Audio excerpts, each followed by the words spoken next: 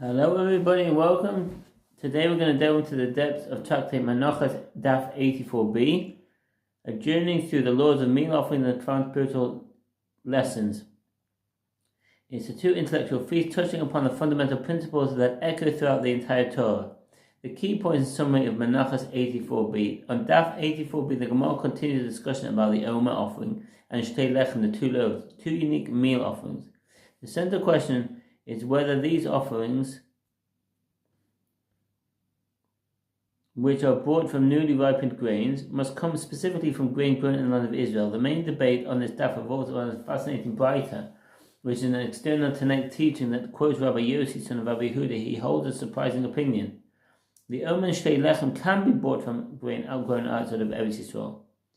This contradicts the general understanding of the verses which link these offerings to the people's entry into the land of Israel. The Gemara then grapples with how to reconcile Rabbi Yossi's view with the verse that states, "When you come into the land," Leviticus 23:10. The conclusion is that the verse, in his opinion, isn't limiting the geographic origin of the grain, but rather teaching a different lesson. That the Jewish people are not obligated to bring these offerings until they enter the land of Israel. The connection then broadens, connecting this idea to the laws of the Bekum, the first fruits, which are also tied to the land of Israel. The Gemara clarified that when the Bekum may only be brought from the seven species of Israel, the initial law of their produce applies. So he said again, the initial law of their offering applies to all types of produce.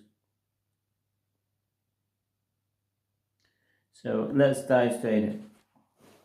So I'm just going to continue the last paragraph of the previous daf. We learned in the Mishnah elsewhere in Bekum 1:3, one may bring first fruits only from the seven species with which Eretz Yisrael is praised in the verse, a land of wheat and barley, vines, figs and pomegranates, and a land of oil and honey, Deuteronomy 8:8.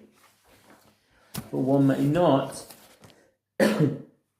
bring them from dates that grow in the mountains. So what does that mean?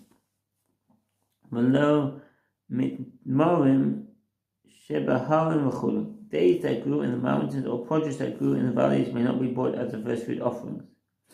One may bring dates that grew in the valley and produce that grew in the mountains, as they continue to be of optimal quality. Even if one brings inferior quality produce as first fruits, such as mountain dates, valley produce, or dusty or smoked grapes, we do not attain the consecrated stage of first fruit. This is according to the opinion of Rabbi Yochanan, Rabbi Sefer Zerayim, Bekum 2:3. And one may not bring them from produce that grows in the valleys. V'lo mipeirus sheba'amakim. Rashi in Pesachim 53a explains that such produce is of inferior quality.